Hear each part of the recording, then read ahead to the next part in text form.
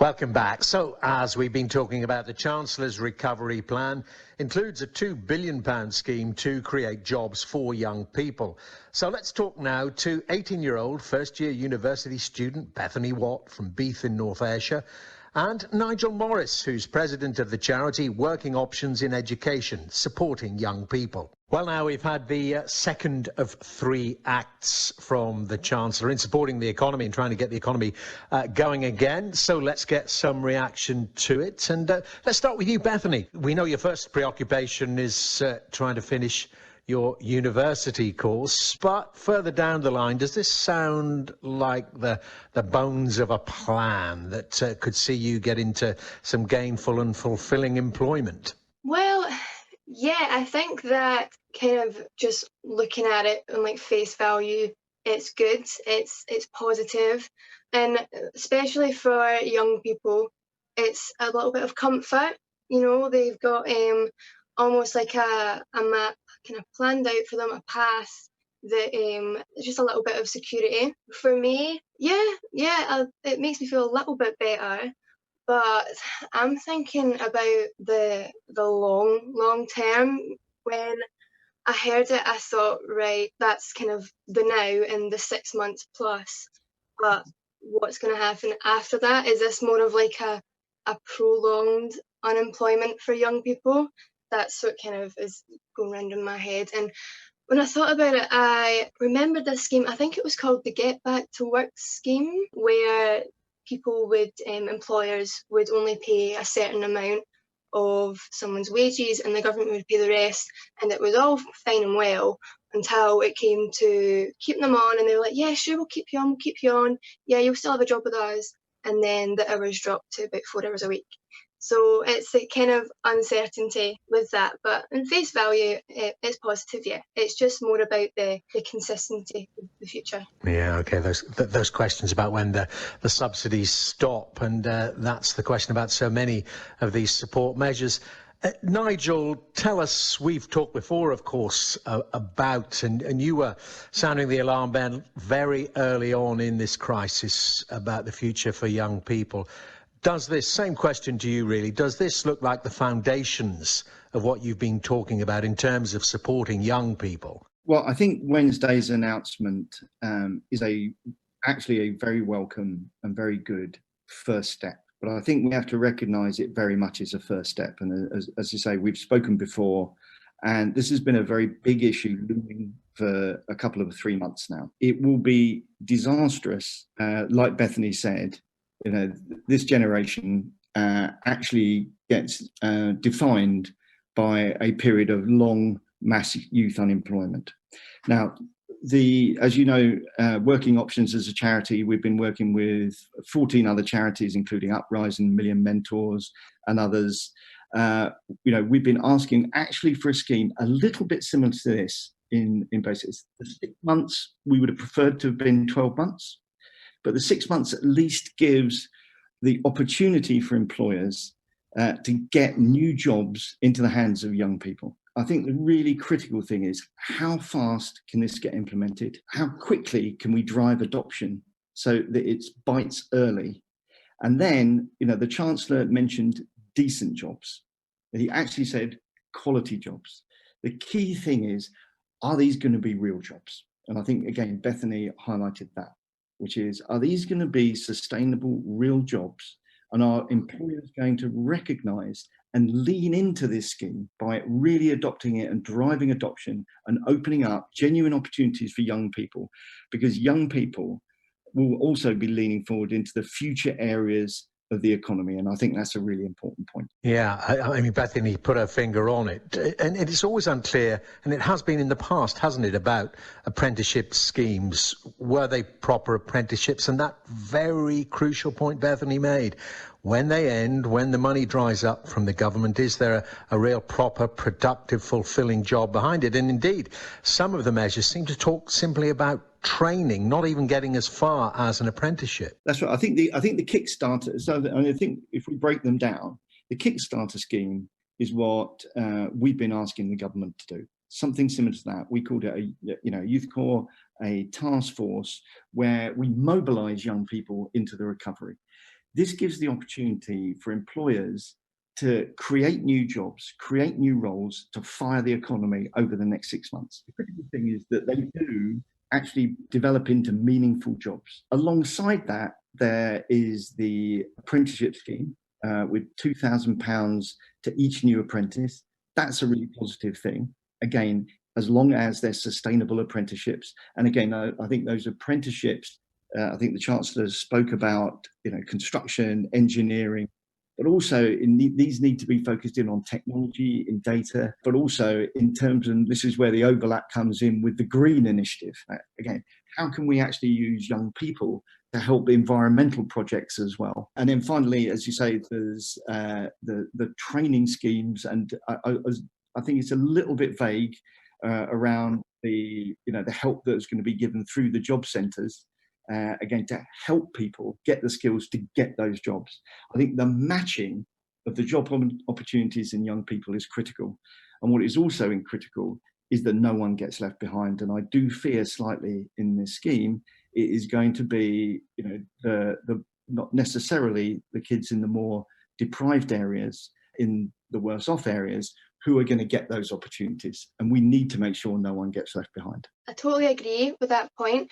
And as well, I think it's important to kind of harness the skills that young people already have and what they can already bring to the table. Because, look at the countless wasted degrees that young people are going through to end up in a job that they can't actually use. The 4-year degrees, all that knowledge, and they can't use it. So I think that it's important to push young people into the right direction. And if what they're saying is true, that they can get any job, it will cover all aspects of all jobs, then they should definitely tailor it to what young people are good at and what they will absolutely thrive in and contribute to. One of the things that, Rushanara Ali, who's the MP, who's actually sort of part of our core team, have been pushing this. We got cross-party support in a letter at the weekend. One of the things and the principles that we think is really important is that young people's voices are heard as part of this. We need to get young people involved into the implementation of this project. And I think Bethany again makes a really good point about wasting young people's skills. And we can't do that. That is a waste of resources, a waste of IP, it's a waste of talent for the economy, right? As well as their own individual futures. And we need to make sure that we're matching the right kinds of skills with the right kinds of jobs. And that's not just a straightforward thing. It's not just any old job. If we get the right people into the right jobs so they can show their skills, show the value they add, that's how you then get sustainable long-term jobs. If you're just taking any old job, then that becomes less sustainable, and we need to get young people involved in how it gets adopted. Absolutely. And of course, Bethany, let's talk about you, because, part of this training, part of this acquisition of skills, part of the acquisition of quality skills is going to university, studying courses. You're in the first year. It's already been disrupted. We talked before, didn't you? You had those strikes by lecturers and then, of course, the COVID crisis. It's important that you and the thousands of students like you who have had their education disrupted continue to get a quality education. Are you getting any indication of that? Of course, this wasn't addressed by the Chancellor, but are you getting any indication from elsewhere? Well, my university has been in contact with me and all the other students, and they're focusing more on virtual learning and only coming in when you absolutely need to.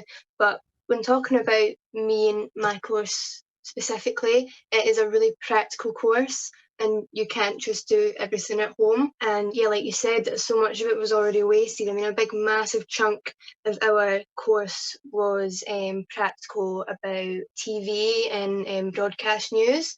We were meant to film a piece of news in our studio, work together, teamwork, actually being present with each other, and that just got scrapped, as well as this editing software we need to learn called Avid, which already goes right over my head. I know personally I'll need one-to-one coaching with that one. Yeah, it is really uncertain, because how are we going to be able to learn all that if we're not in uni a lot? How easy is it going to be to access that one-on-one kind of coaching and learning So yeah, it's so foggy, and I don't think it will ever be crystal clear. I don't think anyway before it was ever going to be crystal clear, but now I just think that the idea of being able to plan out where you want to go and where you want your career to go is pretty impossible now. It's hard to try and find almost like a reason to believe otherwise. You touched on a very good point there, I thought, Bethany, about collaboration and teamwork. It's kind of an intangible, but applies to so many areas. And that is something that also has to be thought about. I want to also ask you, Bethany, because Nigel referred to any old job. We fully understand what you mean, Nigel, but Bethany, in your case, in terms of funding your studies, it can be any old job. And in particular, I wanted to ask you about the Eat Out to Help Out scheme to obviously help the hospitality industry, as it's called from the Chancellor.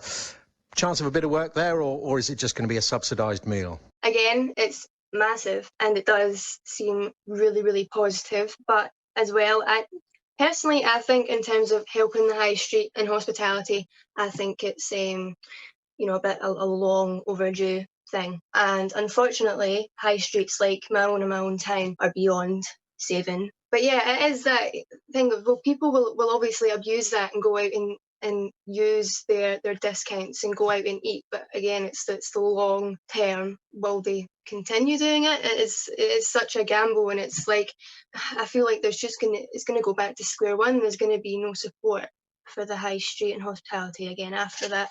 So yeah, again, really uncertain. It could go either way. It's hard to predict, but I suppose I'm being a bit of a pessimist myself. Well, it's unknowable. You're right.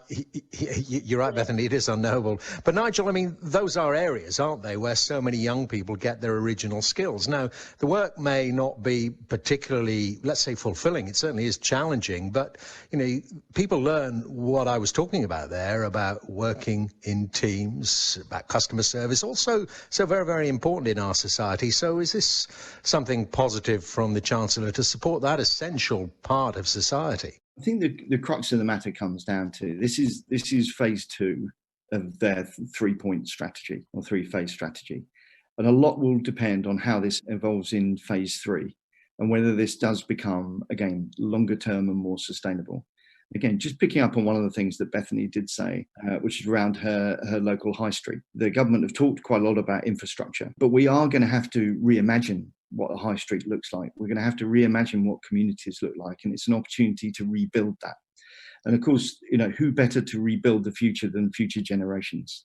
So again, where the immediate scheme, which lasts 6 months, how that evolves into a real strategy about how you're going to harness young people's talent into future projects that build a future for the UK that is more prosperous, it's more productive, but very much is fairer. And I think the government are committed to levelling up.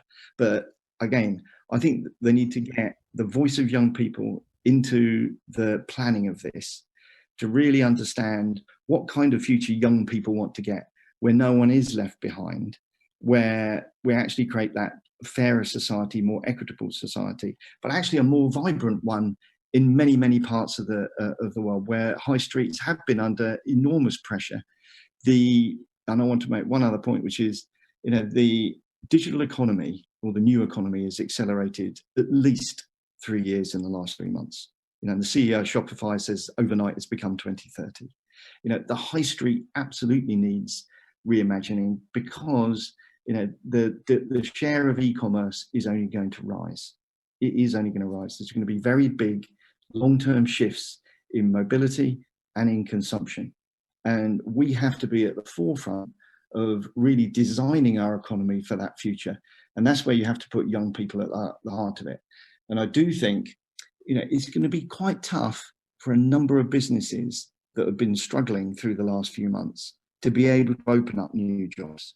But at the same time, in the new economy, there are businesses growing very fast. And it's a big opportunity for them to really lean into the Kickstarter scheme to help fuel their growth and help fuel the most dynamic parts of the economy.